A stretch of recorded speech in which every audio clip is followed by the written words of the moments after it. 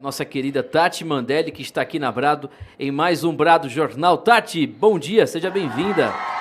Bom dia, obrigada pelas felicitações no meu aniversário ontem. Muito feliz de estar aqui. E eu vi o Flávio Dino ontem, ele fala bem, né? Não Fala bem. teria sido 2 vezes governador, né? Também foi eleito senador, se não soubesse falar, se não soubesse se defender, se não tivesse um discurso, né, condizente. Eu concordo com a Vanessa, eu acho que precisamos nos preparar melhor para isso. Já está melhor, eu acho, esse ano do que no início de 2018, acho que no de 19. No início de 2019, acho que os deputados da direita ficavam ainda mais preocupados, não conseguiam nem os assentos para poder fazer as perguntas. Eu acho que... Eu não sei se ele se saiu bem, porque ele fez uma narrativa na qual ele não apresentou nenhum tipo de prova. Eu acho isso muito grave para o ministro da Justiça afirmar, como ele afirmou, que um dos responsáveis pelo tráfico de armas seria os CACs. Isso é uma irresponsabilidade. Ele traz uma narrativa sem nenhum tipo de comprovação, quer dizer, ele cria, ele sendo ministro da Justiça, acho muito grave ele fazer que seria uma denúncia isso, inclusive, e ele não tem nenhum tipo de prova, quer dizer, ele larga aquela informação ao vento, como que para se defender. Já vimos isso em outros casos petistas, inclusive aqui na Bahia, das pessoas se defendendo e dizendo que o problema das armas e da violência eram os CACs, né? A gente sabe estatisticamente que esse número é mentiroso, que isso não é verdade, que isso é uma narrativa construída para enrolar e para atrapalhar a opinião pública. E isso é um fato. Eu só não entendi, cheguei agora, mas eu acho que eu vi o Rui Falcão falar mesmo que falou para o Nicolas. Olha, Tati, desculpa te interromper, o nosso querido Fabrício, ele deu uma dica e a gente colocou o vídeo sem o áudio, parece que ele fala pode continuar mesmo, porque de início eu imaginei que seria mesmo de autoria do Rui Falcão a frase do... como é que Chupetinha. vai chupetinha. Tem como colocar pra Tati aí? Vamos lá. Ele fala, pode continuar, entendeu? Aí ele repete de novo depois. Pode continuar? Pode continuar. Ele E fala, de onde vem isso? é do Foi André Janones. Faça a leitura labial. Porque, na verdade, Tati, Só podia encaixa-se ser. a fala muito perfeitamente. Ele fala, ele fala, vai Entendi. chupetinha, e esse daí Pode responde, continuar. pode continuar. Só que é quase que automático. Então, dá a entender que há continuidade, mas a gente observa que não é. E o que estão esperando para pedir o decoro desse Pois André é. Janones? Não é a primeira e não será a última vez que ele falta com decoro parlamentar. O que estão esperando, né? A pergunta que a gente quer fazer, o que estão esperando? Mas achei que o Nicolas se defendeu bem, né? Falou e tal. Muito, excelente. Agora, assim, da fala do Flávio Dino, a gente só pode dizer isso, assim, ele se defende bem, ele fala bem, ele é político, ele sabe falar, ele sabe se defender e ele sabe acusar, infelizmente sem provas. Ele também falou outra coisa, ele disse que não tinha sido avisado da ABIN, e agora nós precisamos saber, né, disso na CPI, se foi ou não foi verdade. E ele também disse que o tweet que ele fez às 15 e tanto, que ele estava no Ministério, também não era verdadeiro. Então, eu não sei, eu acho que essas pessoas que criam essas narrativas se esquecem que as coisas têm horário de postagem e tudo isso, né? Enfim, é isso que eu acho. Eu acho lamentável o Flávio Dino ser nosso ministro da Justiça, é isso que eu acho. Acho lamentável uma pessoa com a postura dele ser ministro da Justiça do nosso país. E o que é que essas figuras do mal têm feito?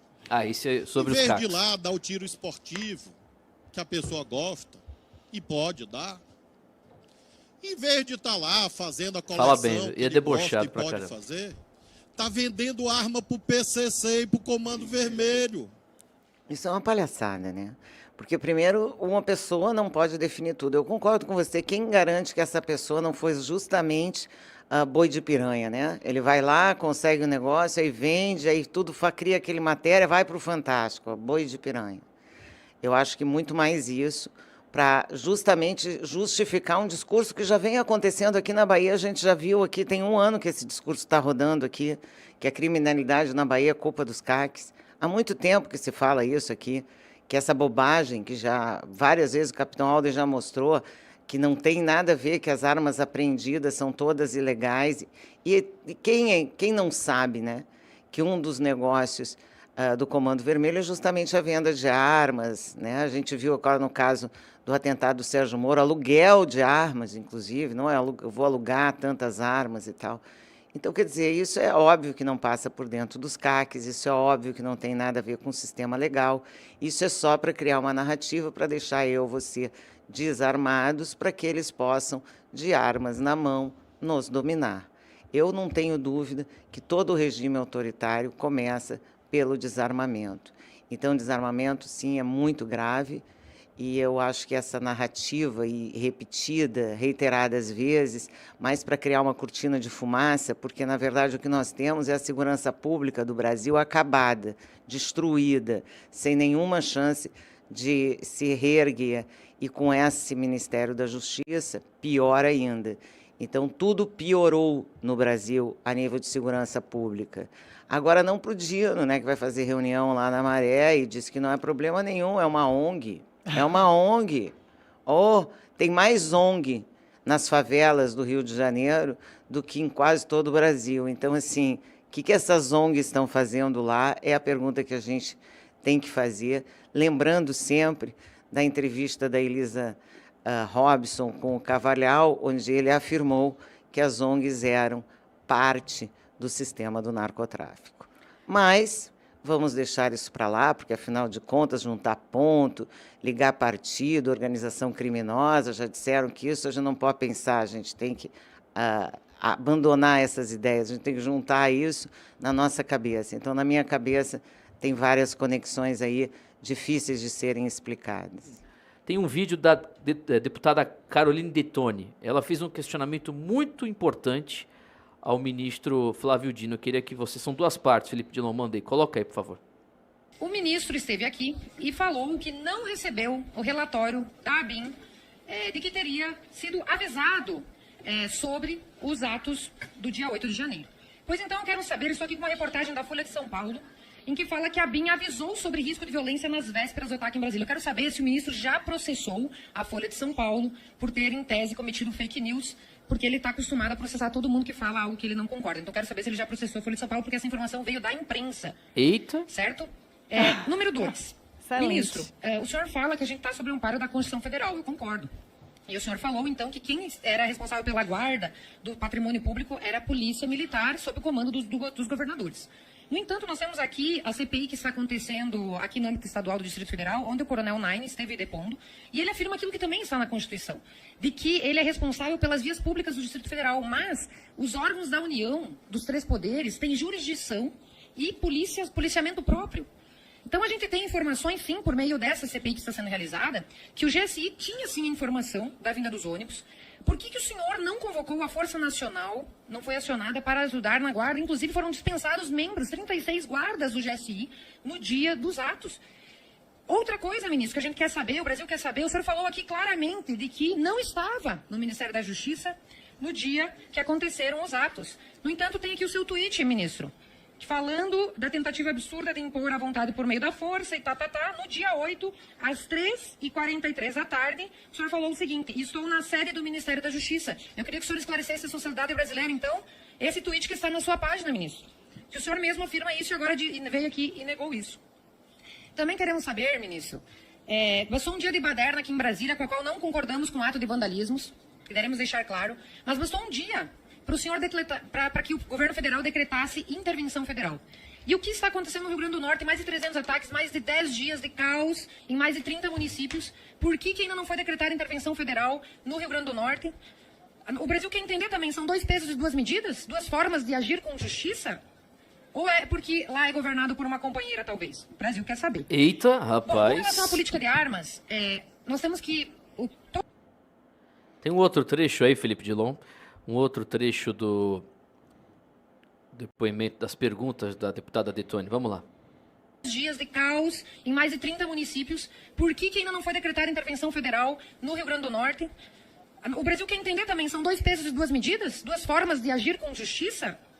Ou é porque lá é governado Agora por uma não tem a companheira, resposta talvez? dele, O Brasil né? quer saber. É só a pergunta. Bom, com relação à política de armas... É isso, nós eles temos só que fizeram os cortes toda deles. política pública que Isso deve eu ser não gostei. implementada Aí, e não, desfeita eu queria na saber a política resposta pública. dele, Segundo o artigo isso aí. 37 da Constituição, parágrafo 16, ela deve ser precedida por um grupo de trabalho que analise os ganhos e perdas, o impacto financeiro e tudo mais.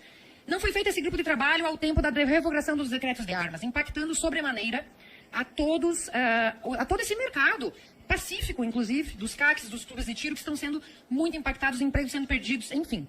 E o governo Bolsonaro mostrou a eficácia, ao contrário, a eficácia dessa política, com uma diminuição de em torno de 60 mil homicídios por ano, foram para 40 mil homicídios por ano, cerca de 20% a menos dos piores dos crimes, que é a taxa de homicídio. E, ao contrário do governo Dilma, por exemplo, que em 2016, 7 pessoas morriam por hora. Estatística, o pior momento da criminalidade era no governo de esquerda. E agora estão sendo revistas essas políticas que foram um fracasso, enquanto que a política de armas, ela é pacífica e deu certo. Então, a gente quer saber que vai ser trazido e por que não foi feito esse grupo foi feito posteriormente. Ministro, quando a gente questiona aqui no parlamento, o senhor fala da Constituição Federal, e aqui o artigo 53 que foi falado, ele garante a imunidade parlamentar. Então, quando o senhor, que está exercendo um município público, comparece ao Complexo da Maré, e os deputados vão à tribuna questionar isso, eles têm a imunidade parlamentar, eles são invioláveis civil e penalmente por suas opiniões, palavras e voto. E isso é o manto sagrado da Constituição da qual o senhor comentou. Então, querer criminalizar opiniões, palavras, querer trazer um tribunal da verdade por meio do Ministério da Justiça. Eu fui, ministro, pesquisar quais as políticas públicas, então, o senhor está trazendo. E a maior notícia era sobre censura. Criar um Ministério da Verdade para poder censurar. Isso não é a pasta do Ministério da Justiça. Censurar, calar quem pensa diferente. Isso é antidemocrático, ministro. Esse não é o papel do ministro da Justiça querer criar um Tribunal da Verdade para censurar parlamentares e cidadãos. Nós não queremos, nós já dizemos não à urgência do PL das fake news no ano passado. O senhor não pode violar as prerrogativas do parlamento querendo censurar aquilo que é sagrado, que é a palavra. Ela foi muito bem. Aplausos para a Ela deputada foi Caroline excelente, uma das Detone. melhores. Eu acho que ela estava bem preparada, estava com todos os dados, estava com o discurso pronto, e é isso. Talvez a experiência também, né? Já é o segundo mandato, né? O fato de ser mulher, né, Vanessa, que vamos puxar a brasa para nossa sardinha, acaba deixando as mulheres assim um pouco mais educadas ao fazer a pergunta, um pouco menos acusatórias, um pouco mais pedindo explicações. Eu achei que ela foi muito bem. Ele não deve ter tido o que responder, deve ter mentido loucamente ou ter mudado de assunto. O fato é que eu achei que é esse tipo de parlamentar como a Carol Detone que pode fazer realmente a diferença para nós. A gente tem que cuidar eu falo sempre, tem que cuidar sempre com as bravatas para a gente não entrar e não ficar sendo ridicularizado. O fato também de dar mais espaço para as mulheres questionarem mais, pelo ponto de vista dos ataques, né, já vai ficar bem mais difícil para o André Janone chamar ela do que quer que seja, porque aí sim ele vai ter um mundo caindo em cima da cabeça dele. Então, acho que é bom dar mais espaço para as mulheres. Eu, quando vejo ali o Rui Falcão, presidente da CCJ, eu me lembro que a gente tem que sentir realmente muita saudade da Bia Kicis nessa presidência, que era uma pessoa ponderada, educada, que sabia conduzir as coisas perfeitamente. Então, assim, parabéns às mulheres aí que conseguiram, nesse dia, pelo menos de ontem, acho que as mulheres foram muito bem. Se aparece o Flávio Dino em algum momento, pode dar play. Senhor, nessa sua visita à Maré, o senhor esteve com a advogada Flávia Frois, lá na Maré? O senhor esteve com algum membro do Instituto Anjos da Liberdade? Olha aí. Nessa sua ida à Maré, já que o senhor controla o sistema de segurança pública no Brasil, e o senhor deve ser um grande especialista, o senhor recomenda aos policiais do Rio de Janeiro que façam a mesma incursão que o senhor fez sem ser incomodado pelos traficantes, e o senhor garante a vida deles naquela região que o senhor está dizendo que é de tanta paz? Ministro, eu queria saber do senhor também, concorda com a ADPF 579, proposta pelo partido do seu chefe Lula, em comunhão com o Instituto Anjos da Liberdade, que pretende retornar a visita íntima a chefes de facção em presídio federal, como Marcola e Fernandinho Beiramar, e que agora há pouco ficou definido que esse foi um dos motivos para o promotor Lincoln Gaquia e o senador Sérgio Moro estarem sob a mira do PCC. Queria saber também, ministro, se o senhor vai usar essa sua macheza, que botou um monte de véio e menino no ônibus, levou tudinho para a Academia Nacional de Polícia. Meu pai. O senhor vai usar também contra as organizações criminosas. Bomba. Se vai ser na bala, na borracha, na força. Queria saber do senhor também, ministro. Rapaz. Queria saber do senhor também, ministro, qual é o plano de desarmamento que o senhor vai fazer com os grandes criminosos do Brasil? Queria saber também, ministro, qual é o seu plano de combate à corrupção, já que o senhor tem tanto colega enlameado pela corrupção? Queria saber também, ministro... Parece a Michele Bolsonaro ali na frente. Queria saber também, ministro, o senhor foi governador do Maranhão, o senhor é um especialista em segurança pública e torrou lá mais de 5 milhões numa empresa que vendia maconha para comprar respirador. Se o senhor vai fazer algo parecido, ministro... Isso foi na Bahia, também acho que o deputado se enganou. Foi aqui, São viu, essas deputado? as perguntas. Tati, o que você achou do deputado Alfredo? Eu achei muito boa a colocação dele, né? Acho que ele foi bem enfático. Quando ele fala, por causa desse projeto de lei de liberação das visitas íntimas, foi feito por dessa ONG que o Dino disse que foi lá negociar, né?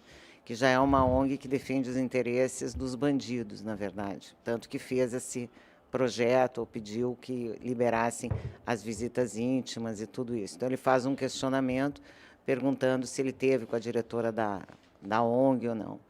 Eu achei que ele foi muito bem, a gente não sabe qual foi a resposta do Flávio Dino, porque eu também só vi esse corte aí, mas achei que ele foi muito bem, tanto foi bem que foi aplaudido, que foi, né? E deve ter criado um constrangimento enorme para o Flávio Dino depois dessas perguntas dele, que provavelmente o Flávio Dino respondeu também com evasivas, com risinho, com piada, enfim, essas coisas. Agora, você não acha, Tati, Vanessa, que não é melhor fazer uma pergunta só e esperar a resposta dele? Do que fazer 300 e ele fazer uma narrativa e deixar de responder uma ou outra? Não é mais fácil? Ô, deputado, o ministro, o senhor conhece fulano de tal, o senhor esteve com ele? Acabou.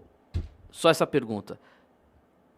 Você fez isso, você recebeu informação do que as pessoas... Eu sei que é deputado, precisa de voto, precisa alimentar a base, precisa festejar com a sua base, mas eu acho que seria mais proveitoso, né? Pegar e falar assim, ô ministro, qual é o contato efetivo que o PT tem com o PCC? Bem que essa pergunta é a que ele mais falou, né? Mas sobre essas pessoas que a gente nem tem informação, sobre essas pessoas que Tati citou, pessoas dessas ONGs aí, instituição, lá na favela da Maré, sobre o advogado fulano e tal. E aí, ministro, esperar a resposta e depois fazer outra? Porque lá na CPI do circo, eles fizeram isso com vários representantes da direita, lá na questão do tratamento, não vou entrar nos detalhes aqui. Eu acho que da próxima vez daria para fazer isso. Eu não sei se ele tem um tempo e uma pergunta só, porque de repente assim ele não responde e volta. Eu acho que dentro da regra, gente. Também acho. Que dentro da regra ele tem tipo 2, 3 minutos para fazer as perguntas e depois a pergunta não retorna para ele. Então, se ele fizer uma pergunta só, ele não vai conseguir falar todas as outras coisas que ele queria falar ali. Eu acho, viu, Timóteo? Olha, porque senão não faz muito sentido, né? É verdade. Exato. Eu acho que é isso mesmo. Diga, Vanessa. Vamos lá, Lula remarca a viagem à China para o dia 11 de abril e convida Pacheco para integrar comitiva. Você discorda da gente? Eu acho que quem já determinou o que vai acontecer foi o Paulo Coelho, quando soltou fora. Afinal de contas, o livro principal do Paulo Coelho é O Alquimista. Olha o corte aí, atenção, Diogo. Olha o corte aí, viu? Olha o corte. Foi boa, Essa viu? foi boa. Essa é a piada que está rodando, né? E assim, a única coisa que me preocupa nessa ida dele à China, mas antes da ida à China, nós temos a CPI e nós temos um primeiro-ministro que pulou do barco, que foi o José Múcio, ministro da Defesa, que seria, durante essa CPI, uma peça fundamental. E ele, já prevendo que seria uma peça fundamental nesse processo, já pediu para sair. Então, as baixas podem começar a acontecer no governo Lula. Não acredito que elas não vão acontecer. Acho que elas vão começar a acontecer. Eu queria chamar a atenção para vocês que tem um movimento mundial. Vocês sabem, o Putin e o Xi Jinping estiveram juntos, e o objetivo deles é trocar a moeda principal de trade do mundo, do dólar, para o yuan.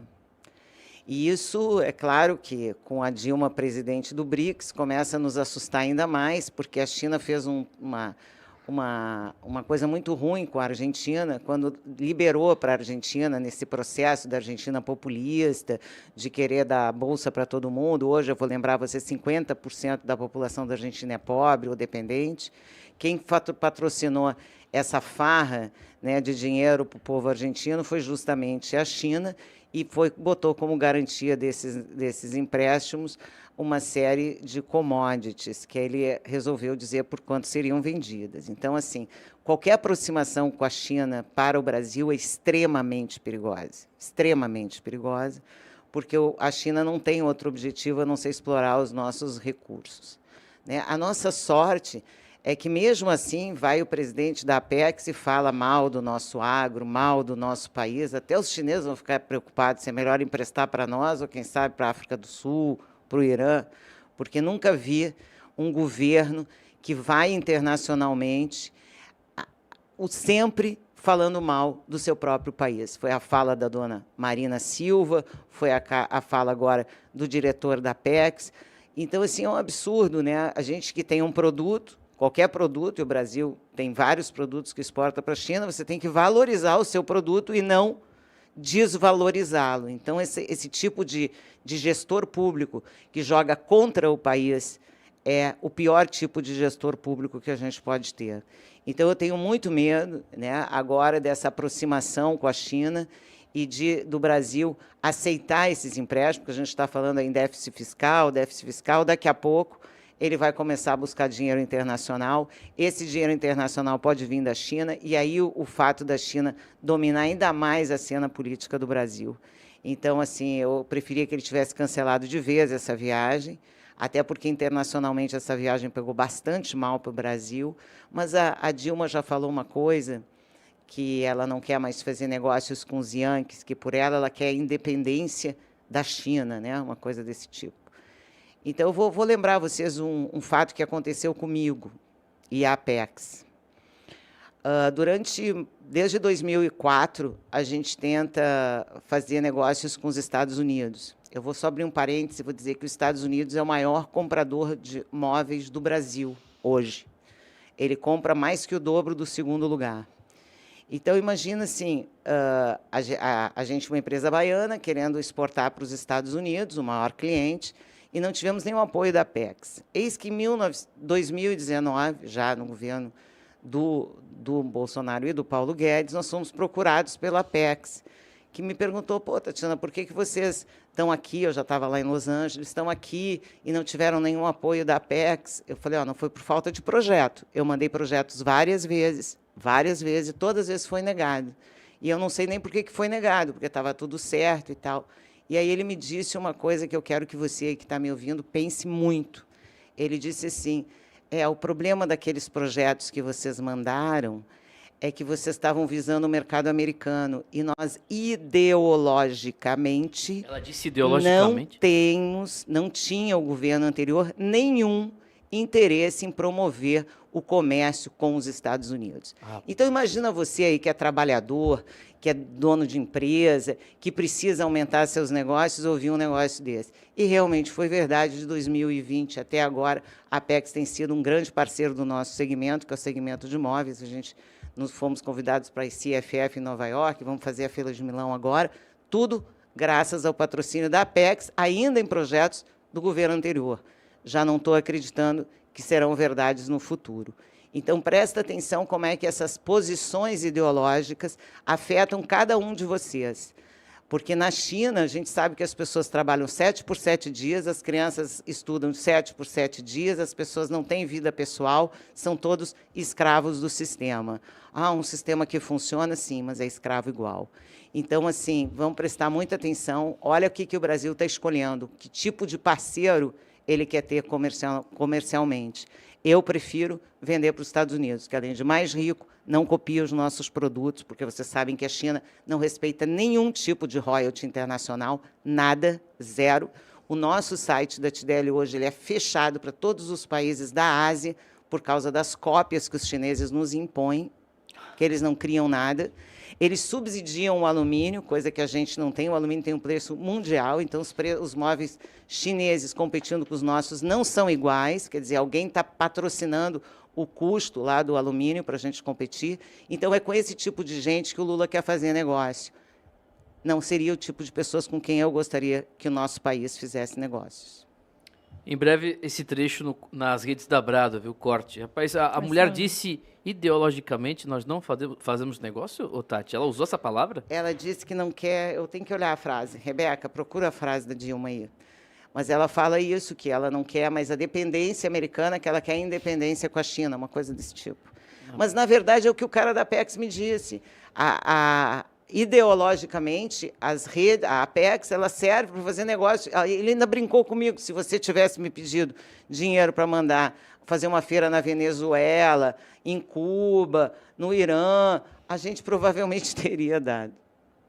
Rapaz, inacreditável, né? Por isso que não vai para frente. Ô, Tati, eu queria te perguntar uma coisa. Você que é empresária, graças a Deus, bem-sucedida. Inclusive, a Tati vai receber aqui na Câmara dos Vereadores o título, a honraria, a cidadã soteropolitana. É isso mesmo, Tati? Aplausos.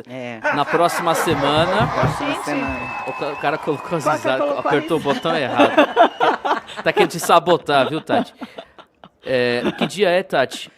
É quarta-feira, às 18 horas, na Quarta-feira que vem, às 18 horas, os bradistas estão convidados para prestigiar Tati, recebendo essa honraria, o título de cidadã soteropolitana. Parabéns, Tati. E eu queria te perguntar, você como empresária, economista, o que você tem ouvido de pessoas, não somente do ramo de design, de móveis, mas comerciantes? Eu sei que você conhece muita gente. O que você está recebendo as informações dos empresários aqui na Bahia a respeito da economia Lula? Péssimo, né? Primeiro, 20 anos de PT deixou o empresariado baiano, esse mais importante, todo dependente do Estado, né? Não tem grandes empresas que não dependam do Estado. E o nosso Estado, a gente sabe, quer começar a atrair esses chineses de forma muito maior, né? Então, já estão dizendo que tem uma empresa que vem aí para produzir carro e tal, carro elétrico, beleza, acho ótimo que se crie emprego. Agora, tudo que o Estado da Bahia tem comprado também internacionalmente, tem comprado da China, quer dizer, a Bahia já é o primeiro estado onde esse plano chinês, digamos assim, está em pleno andamento. Eu acho uma tristeza. Então, a gente está vendo do pequeno empresário fechar loja, estar preocupado, estar demitindo gente.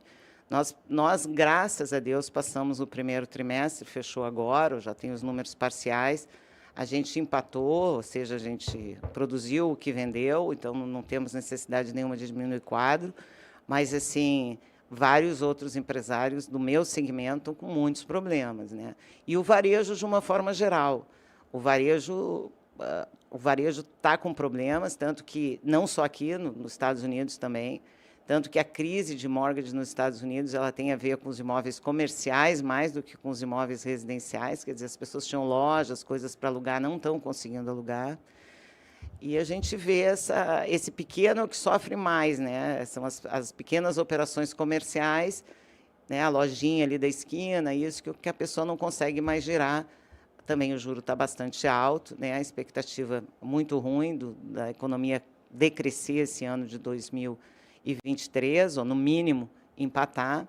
Então, toda aquela expectativa de crescimento de 3% que impulsiona o investimento acabou, né?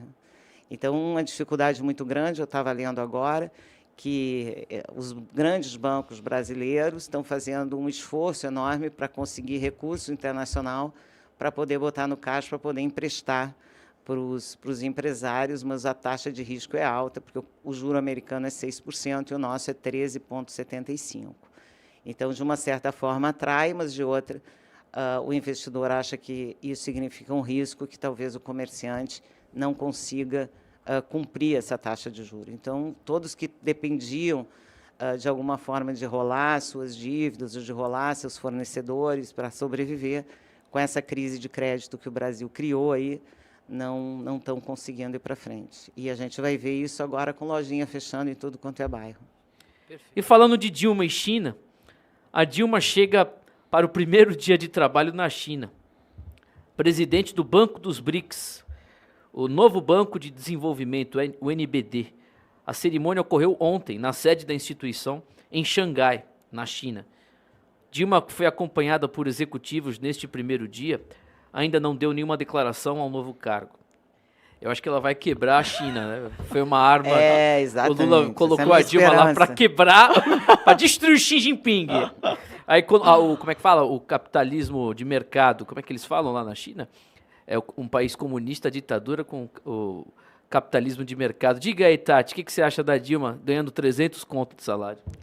Acho uma piada, né? É uma piada enorme aqui para o Brasil, porque ela é uma pessoa que não tem grandes capacidades, nunca geriu nenhum banco, nunca geriu nenhuma coisa. Quando geriu o Brasil, levou o Brasil à maior recessão da sua história.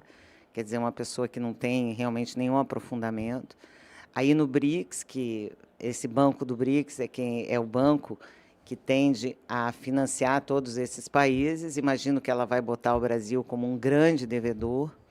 E é isso que eu estava dizendo antes, né? Nós vamos acabar devendo dinheiro para a China e toda essa situação vai deixar a China ainda mais poderosa em relação à nossa soberania. Eu acho isso uma catástrofe. Ramon Rosinha. A China emprestou dinheiro à Argentina e hoje possui dentro da Argentina um pedacinho da China. Uma área militar onde o domínio é toda da China. Toda da China. Toda da China. Ô, Ramon, vou dizer para você é de Feira de Santana, né? E a Bahia, filho? Você tá falando da Argentina, hein, Vanessa? Aqui e já a Bahia? está loteado. A Bahia, quem fez as principais obras de infraestrutura? Obras de ponte. Que empresas? Essa aí da ponte, se é que vai ter alguma obra. Mas o VLT aqui de Salvador, que o governo do estado quer fazer lá na região do subúrbio, que empresa que vai fazer? Sabe a quantidade de terras, de propriedades que já comprou o Partido Comunista Chinês aqui na Bahia? Meu amigo, então não fala da Argentina, não. A Bahia, o nosso estado, tô vendo que você é de Feira, vai pelo mesmo caminho, né, o Tati? Com certeza, já há muito tempo. Esse VLT do subúrbio, que esse vexame do VLT, né, que não sai do papel e deixa as pessoas todas sem ter como se locomoverem lá no subúrbio, porque tinha que explodir o trem antigo, né, não custava arrumar ele para ele poder rodar até esse ficar pronto. Não, tem que destruir para a população ficar sem nada. E aí, não, a gente vai fazer uma coisa incrível e não sai do papel nunca. Não sei nem se vai sair até o final desse governo. Talvez saia, porque ele vai querer terminar isso antes da reeleição, sei lá. Mas eu acho tudo isso muito preocupado. Eu me lembro da própria Dilma, né, dizendo aí, defendendo os contratos em Cuba e na Venezuela, dizendo que ela estava, assim, patrocinando a engenharia brasileira ao longo do mundo. E aqui na Bahia isso não é verdade, porque metade das empreiteiras são baianas e todas as obras de infraestrutura agora são dos chineses. Ó. Faz o L aí, Marcelo Odebrecht. Exatamente. João Dória vê potencial em Tarcísio para ser o novo nome da direita em 2026. Olha a bomba. E quem é o João Dória? Eu gostaria de saber. Eu concordo em parte, porque eu acho que quando você está num cargo que a população inteira de São Paulo, você, de uma certa forma, precisa governar para todos.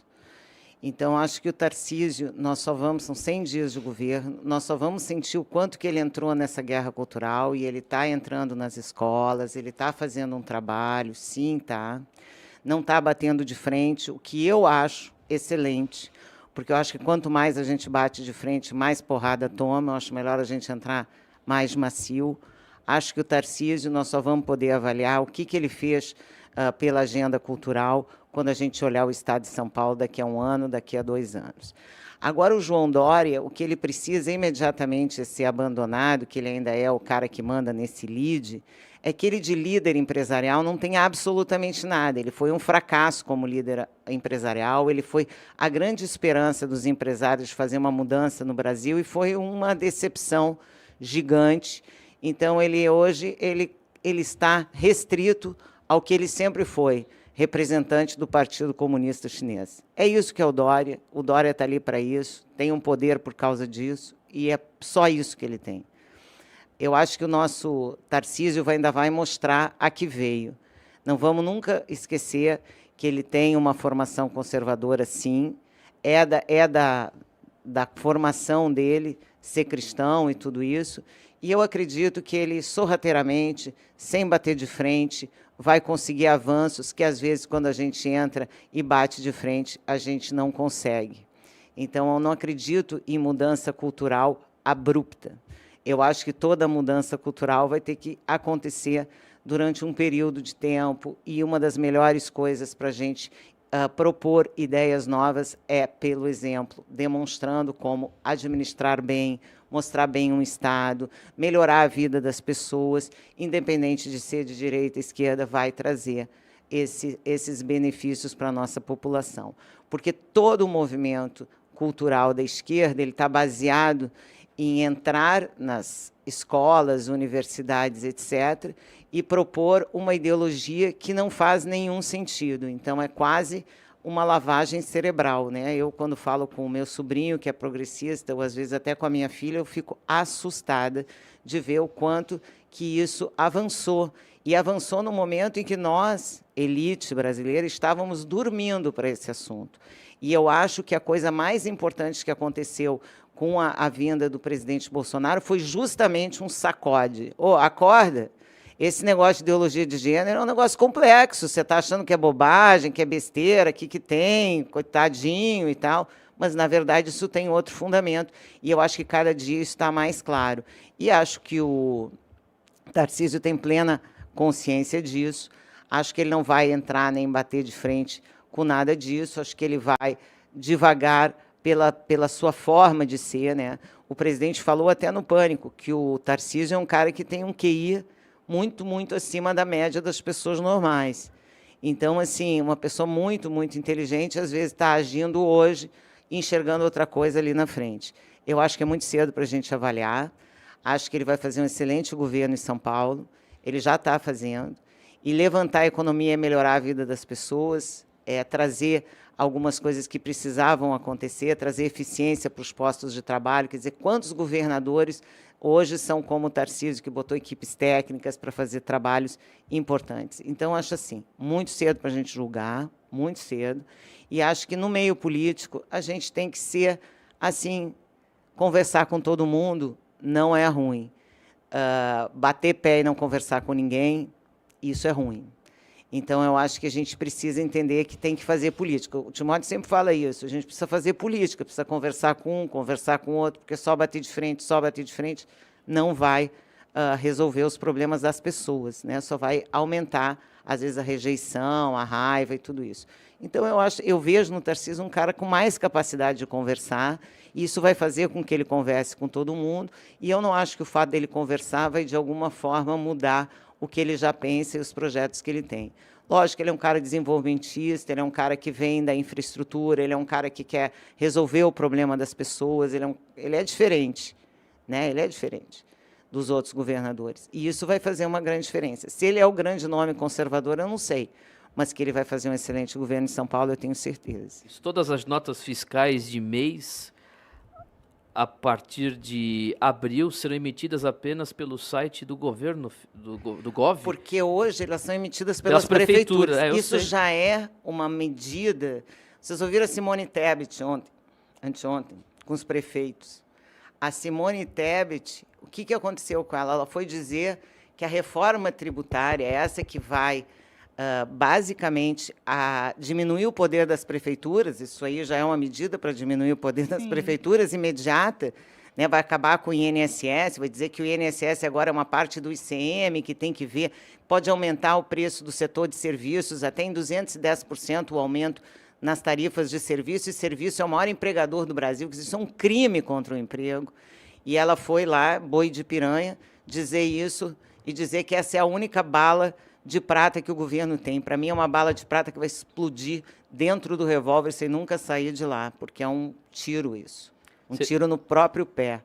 E aí você vê, hoje, ela faz essa declaração há 2 dias atrás, Timóteo, por isso que eu te mandei, e hoje a gente tem essa resolução dizendo que as MEIs, que antes entravam no site da prefeitura para emitir suas notas, agora tem que entrar no site do governo. Quer dizer, o governo já tomando conta... Centralização. Exatamente. Essa tal reforma tributária que essa proposta pelo governo, não tenham dúvida, é o caos para o Brasil. Não há nenhuma surpresa, né? A gente vai vai aceitando as coisas, aceitando não, vai, Na verdade, vai engolindo, né, Timóteo? Vai fazer o quê? Vai sair gritando por aí. não tem o que fazer, né? Ele já falou que MEI não é emprego, né? E aí ele já começa a trazer verdade, as bem MEIs para todo o controle estatal. Quer dizer, que objetivo tem isso? A reforma tributária não passou, segundo Lira, não vai passar. E aí vem dizer que é a bala de prata do governo, porque vai criar um fundo para daqui a 20 anos ressarcir os municípios. Ah, você acredita, né? Quem que acredita que o governo vai fazer um fundo que vai durar mais que 30 dias? Não vai, vão gastar todo o dinheiro muito antes. Então, assim, essa tentativa de centralização já começa antes da reforma tributária, tentando criar uma narrativa, sei lá, eu não sei o que ele quer com isso, mas isso aí já é o princípio da regulamentação completa em cima das MEIs. Isso tem um outro fator, né, que se a doutora Karine tivesse aqui, ela podia me ajudar, que é o fato assim, imagina um cara faz uma MEI durante 5 anos contra uma empresa X. Daqui a pouco a coisa do trabalho lá pode resolver que ele era funcionário. E aí Sim. todos os direitos trabalhistas e tal. Então, quer dizer, isso já é acabar com a liberdade, né? Isso já é puxar uma centralização. Ele já falou contra a MEI, já falou contra os aplicativos, já falou várias vezes que MEI não é emprego, e agora ele vai e tenta centralizar essas MEIs aí dentro do site do governo. Um horror. Mas já está indo mal. Diz que a Simone Tebet, né, coitada, eu acho que abusam dela. Quando deram esse cargo de ministro do Planejamento, botam ela ali de boi de piranha para falar com todos os prefeitos, tudo que os prefeitos não querem ouvir. Né? Assim, né, coitada, né? Dá até para pensar, né? Por que botaram ela ali?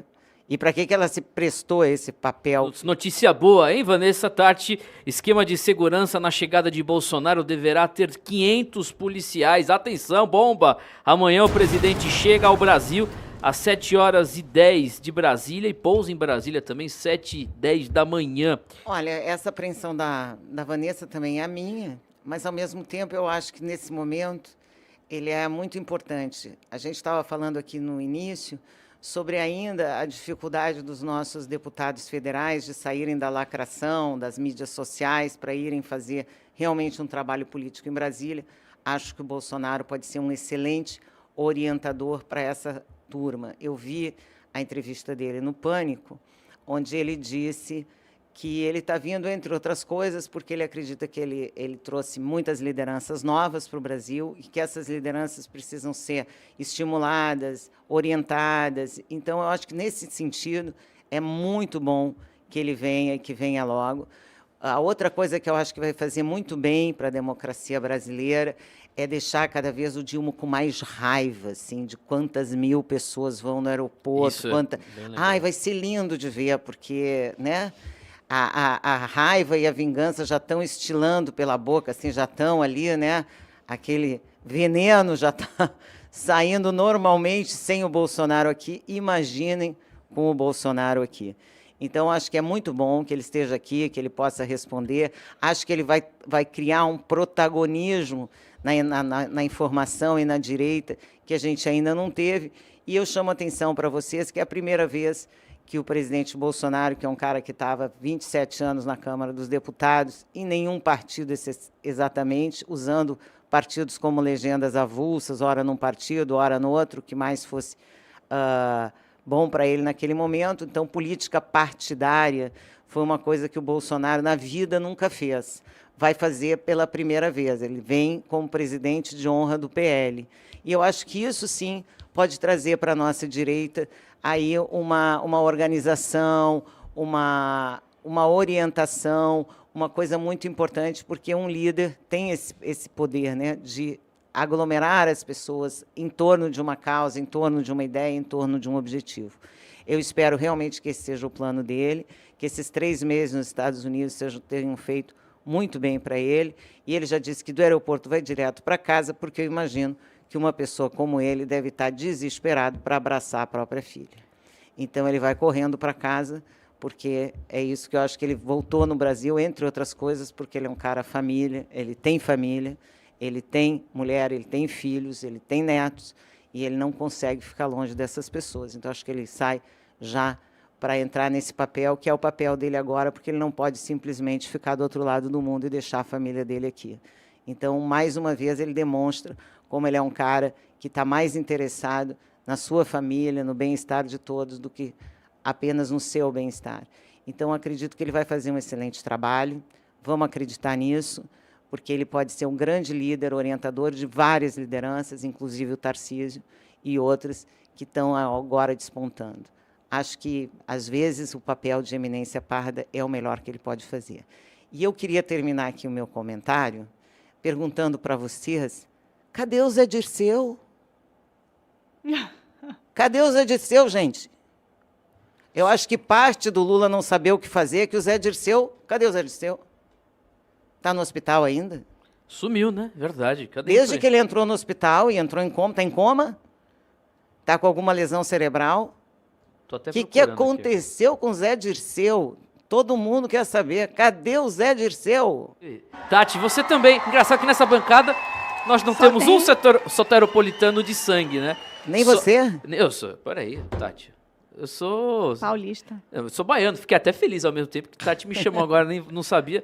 Eu vim pra cá em 2001 também, 23 anos, vai fazer 23 anos que eu estou em Salvador. Mas então, diga aí, Tati. te sinto muito.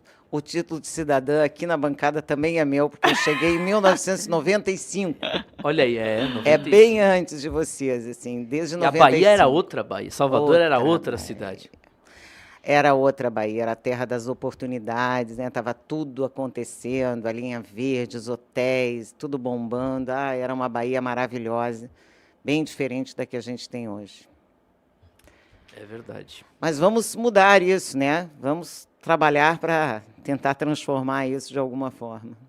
Queria agradecer a Tati, ontem fez aniversário, mais uma vez parabéns, feliz aniversário. Tati, continue com esse trabalho maravilhoso como comunicadora, empresária e também trabalho aqui na Brado. E semana que vem, na quarta-feira que vem, a partir das 18 horas, é 18? Lá na Câmara de Vereadores, Tati vai receber o título de cidadã soteropolitana.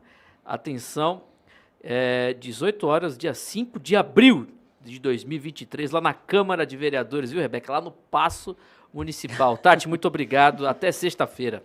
Obrigada, Timóteo. Obrigada essa bancada. Sexta-feira estarei aqui de novo. E uma boa quarta-feira para todos vocês.